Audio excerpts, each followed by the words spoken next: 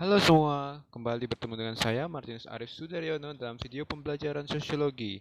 Nah, dalam video pembelajaran sosiologi yang singkat ini, kita akan membahas tentang faktor-faktor yang mendorong interaksi sosial terjadi. Nah, ada berbagai faktor. Nah, kita bahas yang pertama, yaitu faktor yang pertama adalah imitasi. Imitasi adalah tindakan meniru orang lain. Nah, imitasi itu dapat dilakukan dalam berbagai macam bentuk, misalnya meniru gaya bicara, tingkah laku, adat, kebiasaan, pola pikir, serta apa yang dimiliki atau yang dilakukan oleh seseorang. Nah, dalam imitasi, seseorang itu meniru tindakan orang lain atau tingkah lakunya atau gaya bicaranya atau kebiasaannya, tapi tidak secara keseluruhan. Hanya bagian-bagian tertentu saja yang ditirunya, itu imitasi. Nah, misalnya di dalam gambar, nah, itu si anak itu ada seorang anak kecil yang sedang meniru orang lain yang sedang beribadah tata gerakannya. Nah, jadi hanya gerakannya saja. Tetapi dalam bentuk pakaian, biasa kan pakaian mereka harus pakai sarung atau pakai harus gimana. Nah, anak ini tidak pakai sampai pakai sarung segala. Dia hanya meniru gerakan saja, tapi tidak meniru orang lain secara keseluruhan. Kalau meniru secara keseluruhan, pastinya dari pakaian juga dia akan berusaha mirip dengan orang yang ditirunya dan gaya suaranya, gaya lainnya dan apapun yang ingin ditirunya. Kalau misalnya apa yang ditiru secara keseluruhan, dia semuanya yang ditiru. Nah, yang ini tidak. Kalau dalam imitasi hanya beberapa tindakan saja yang ditiru. Nah, selanjutnya itu ada namanya sugesti. Nah, sugesti sendiri juga itu sebagai pendorong interaksi sosial. Apa itu sugesti?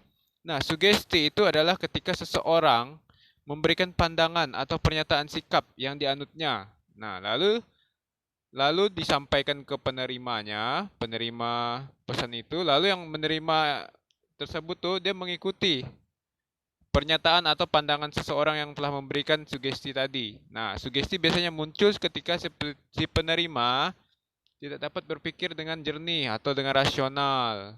Nah, jadi orang yang gampang dipengaruhi oleh orang lain, nah itu yang gampang tersugesti.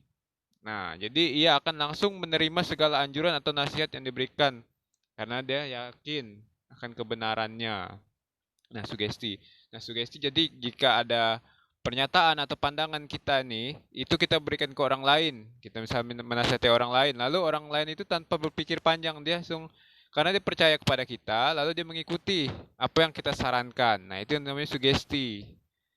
Nah, jadi pada umumnya sugesti itu berasal dari hal-hal berikut. Nah, yang pertama, yang pemberi sugesti itu adalah orang yang berwibawa, punya wibawa, lalu karismatik. Jadi punya pengaruh yang kuat.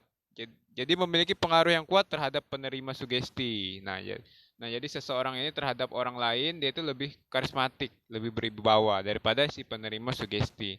Lalu yang kedua itu orang yang memiliki kedudukan yang lebih tinggi daripada penerima sugesti. Nah, misalnya seniornya kah atau posisinya mungkin apa gitu yang lebih tinggi istilahnya status sosialnya daripada si penerima sugesti. Nah, itu umumnya lebih istilahnya orang lebih tinggi yang kita anggap lebih tinggi dari kita akan menerima apa pandangan yang diberikan oleh orang itu. Nah, seperti itu. Lalu kelompok mayoritas terhadap minoritas. Nah, jadi kumpulan orang mempengaruhi kumpulan kecil dari orang-orang yang kecil.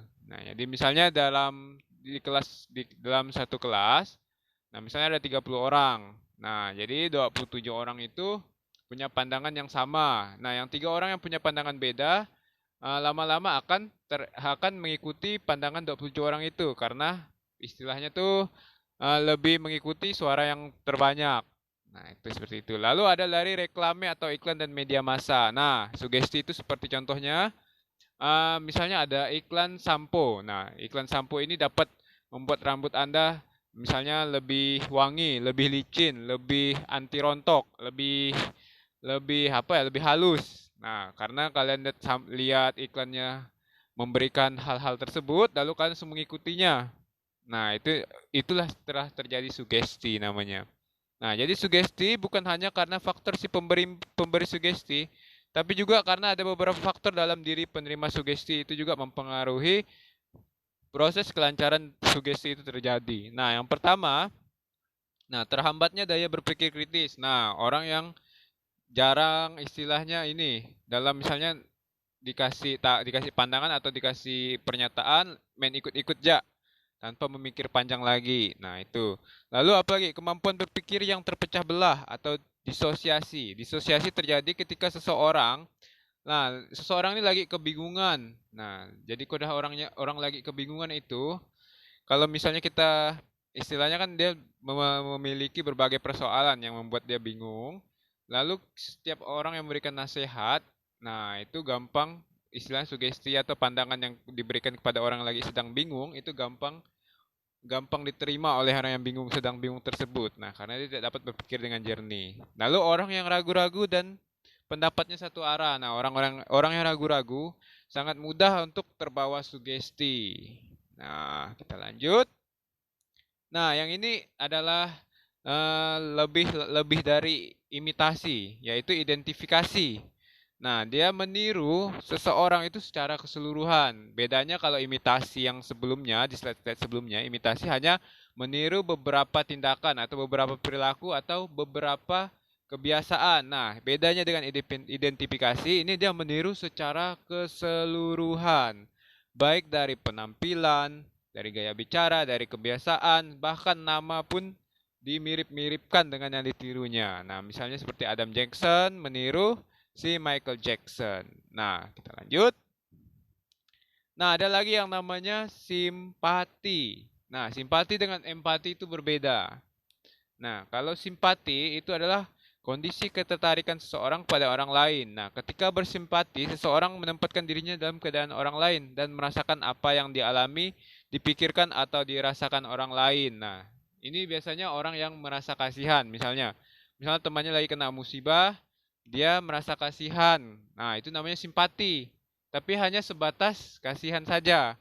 Nah, bedanya dengan empati, empati itu yang lebih dalam lagi daripada simpati. Nah, jadi empati ini merupakan simpati yang mendalam dan dapat mempengaruhi kondisi fisik dan jiwa seseorang. Nah, biasanya kalau orang yang berempati itu akan karena dia merasa temannya itu kena musibah, dia juga istilahnya merasakan, bagaimana aku di posisi dia, istilahnya. Dia ikut merasa sedih yang luar biasa dan karena dia tidak ingin temannya itu sedih luar biasa yang lama, dia akan melakukan tindakan, istilahnya membantu. Nah, empati itu biasanya ada tindak lanjutnya, seperti langsung menolong langsung orang tersebut. Nah, dalam bentuk apapun yang bisa menolong orang tersebut. Jadi ada tindakan bedanya. Kalau simpati itu hanya kasihan saja, tapi tidak ada tindak lanjut. Kalau empati itu sudah ada tindak lanjutnya, sudah ada bantuan. Nah, ataupun eh misalnya temannya merasakan sedih yang luar biasa, lalu dia juga sampai sakit. Nah, itu kan mengakibatkan kondisi fisik dan itu kan istilahnya mendalam. Nah, kayak itu yang bisa disebut sebagai empati. Nah, setelah video pembelajaran ini, nanti kalian boleh memberikan masing-masing satu contoh dari simpati, empati, identifikasi, lalu sugesti dan imitasi. Nah, ada 5 bentuk faktor pendorong interaksi sosial yang kita bahas di sini. Nah, nanti kalian masing-masing memberikan satu contoh menurut versi kalian masing-masing. Dan dikerjakan di buku tulis dan jangan lupa tulis nama ya, biar kerjaan kamu itu memang kerjaan kamu, istilahnya tidak bisa dicontek. Atau biasanya kan ada nih yang pekerjaan temannya di foto, nanti di crop biasanya. Nah, kayak gitu tidak bisa dinilai ya lain kali. Nah, oke untuk misalnya ada yang ingin ditanyakan silakan ditanyakan ya. Terima kasih.